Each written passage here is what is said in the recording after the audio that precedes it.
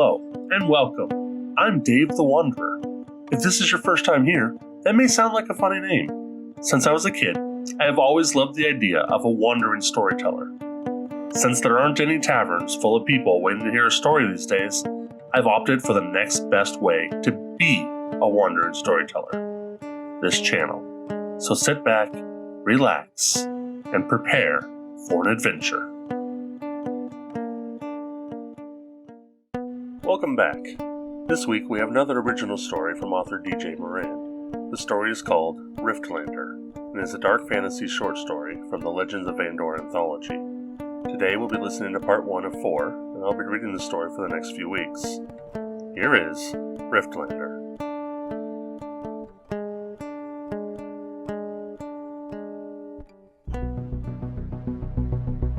Charge! Bridgeguard Captain Bastian Frel bellowed from the back of his horse. The contingent of his forces surged forward. The pounding of the horse's hooves joined in cadence with his beating heart. The air was crisp and still. Winter was nearing its end, and spring could not yet come in full. The morning dew had frozen, it crunched audibly. Across the field were dead men possessed by demonic spirits. The demons possessing the fallen braced against the Bridgeguard advance. Spears and shields raised, they planted their forms in readiness. Bastian knew they were not his men any longer, but the pangs of guilt flooded him as he charged. He leaned forward in his saddle, braced his shield against his side. He crouched and made himself into a smaller target. He calculated the distance to the line of demon soldiers from his current position. It would only be a few moments before they collided. He knew that the enhanced strength of the demons would make it difficult for he and his men to break through. The dew of the air gripped his beard. He felt the cold trickles of moisture wick away in the wind. His heavy breathing felt like fire in his chest. Take your breath slowly, he reminded himself. He took a deep breath and set his spear for the charge. His long sword slapped against his leg as the horse galloped. Sulfur assaulted his nostrils. They knew they were close. Thump, thump, thump. His heart thundered in his chest. Brace! He called above the cacophonous roar of the charge. The sound of wood against armor rang above the thunder. The clanging was like hundreds of tiny bells as the Bridgeguard soldiers braced their spears and lances. Opposite the charge, the demons clanged swords against shields. Some of the demons pounded gauntlets against breastplates. The tempo of their weapons pounding against armor was discordant. Time slowed for Bastian as the charge met.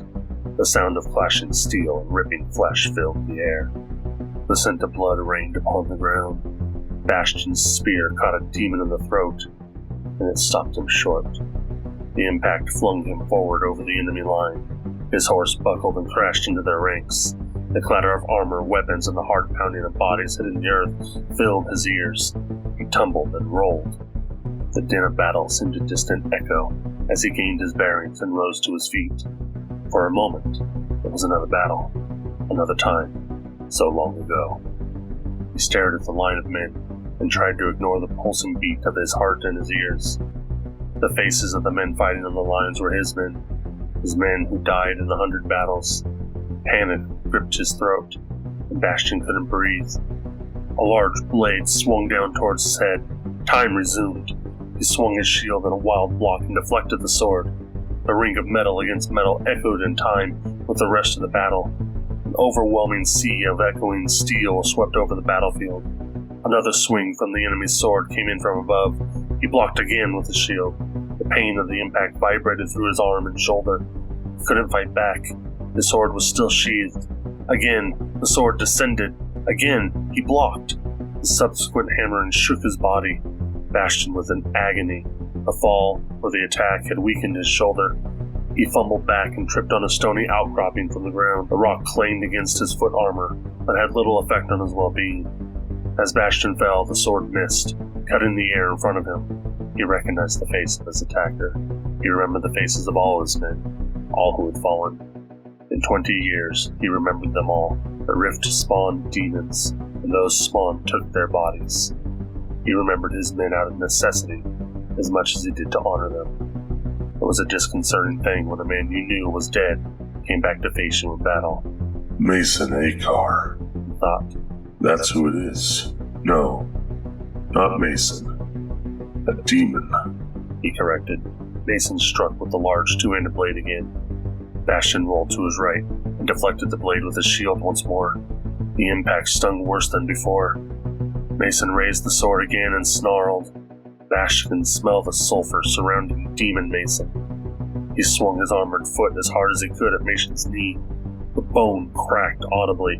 He could feel the bone give under his attack. Mason continued to swing, but the broken leg put him off target. Demon fell beside Bastion. He backhanded the creature over and over again with the shield. Thunk, thunk, thunk. Soon turned into a squishier sound, and he could smell the blood. Bastion rolled to his front and pushed himself up.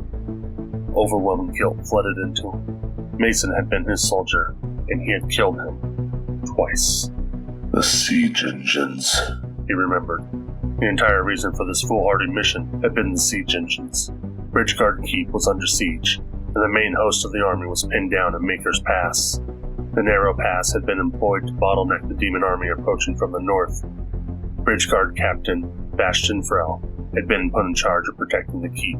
Bastion was not fond of any command that took him from the safe protection of the castle walls. He was a strategist and an expert at siege warfare. The second host of demon forces showed up only a day after the forward scouts had reported siege engines preparing for an assault on the keep. He agonized over the decision, but he sent a contingent of men to secure the siege engines. Mason had been a part of that mission. When the first team did not return, Bastion knew he would have to lead a force to secure them. He drew his sword, and the metallic trill of the blade gave him a sense of hope. He didn't understand it, but having a weapon in his hand meant everything to him. He heard a shuffling and turned. Mason, despite his smashed face, rose up again. Bridgeguard Master Alder Gronwall stood at the mouth of Maker's Pass. Word had been sent back to Bridgeguard Keep. His forward scouts had not come back. It concerned him. If they hadn't come back, it either meant they were killed, or Bridgeguard Captain Frel needed them. If Frel needs them, then we're all in trouble, he thought. Concerns about the keep notwithstanding, Alder checked the battle lines. His men were exhausted from the forced march through the canyon. The eastern wall had collapsed early, and now they were trapped. The plan had been to trap the demon army in this pass. Now both armies were unable to escape. Bridgeguard Master Gronwall signaled one of the runners, wiry boy, likely no more than 10, ran with all abandon. Sir? He saluted the Bridgeguard Master. At ease, boy. Alder barked a laugh. Any word from the keep? No, sir. The boy looked at his feet. Sir, the forward scouts left 10 days ago. Ah, Alder grunted. go on then. Fetch me the lieutenants. The boy ran through the camp. Alder looked up at the canyon walls. Our very own Rift. He thought. He knew it wouldn't be long until the demons caught up with them and crushed them against the landslide. The plan was brilliant. Lure the demon army into the pass, escape through the east pass, and collapse the east wall behind them. On the other side of the east wall, a two-man-wide path led up to Canyon Ridge. Archers could pick off the demons, and pikemen could keep them in the canyon. It would have been a slaughter that would go down in history. Instead, Bridgemaster Alder Gonwall had fallen prey to his own trap. Alder stood and kicked the stool he'd been resting on. The great axe hung from his back. The sharpened edge gleamed in the twilight of the evening. He was tempted to draw the axe and smash the stool, but decided exertion would be a waste.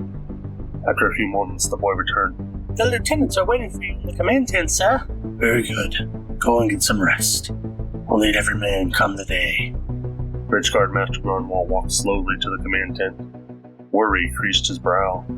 His long gray locks swayed and clicked as the beads rustled against each other. The intricate blades had been a custom of his home in the western Riftlands. Even after moving to Bridgeguard Keep, he kept the custom. He reached the tent just as the cries of demonic horde reached his ears. He drew the double-bladed axe from his back and roared. Arms. Two-handed sword descended again. Bastion dodged to the left and struck out with his sword. A longsword bit into flesh, but Mason seemed unperturbed by the large swath of torn skin across his brow. Bastion ducked under another attack from Mason and drove the point of his own sword into Mason's gut. The putrid stink of Mason's bowels smacked against the ground. Still, Mason attacked. Why won't you die? Bastion snarled. Mason did not seem to be tiring, but Bastion felt as if he had been battling for hours. He tried not to look at Mason's face. The horrid disfigurement he had given it spoke to the horror of the reality. Mason was dead. Mason was dead because Bastion had sent him to die. The crushed, bloody face of Mason did not snarl or moan, made no gesture suggesting any traits of life, but Bastion still felt his guilt was personified in Mason's eyes. Die, damn you! Dropped his shield and hacked at Mason with two hands around his sword. The muscle of his fingers cramped and ached as he smashed the man with the blade. Mason did not have an opportunity to attack. He did not block. He stood and took the abuse from Bastion's sword. Bridgeguard Captain Bastion Frel was sweating with the exertion. His men had slain the other demon-possessed man on the battle line. Covered in blood and bits of flesh, he continued to hack at Mason. The man had long ago fallen prey to Bastion's attack, but the Riftlander captain would not stop.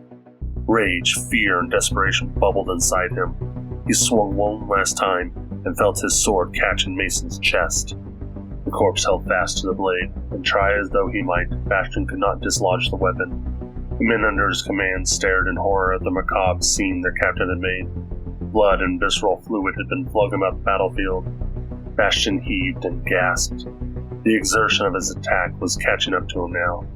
Images of the lost soldiers flooded his vision, and he fell to his knees with a sick flop. The dirt beneath had become a blood-soaked pool. Bastion looked up into the horrified faces of his men. They did not judge, but he felt their fear keenly. Bastion gathered himself. The siege engines will not destroy themselves. Come. He rose from his knees and picked up a fallen soldier's axe. The blade was half the size of the shaft and had a wicked curve to it. With the back of his free hand, the mason wiped the gore from his face and eyes. He tested the weight of the axe.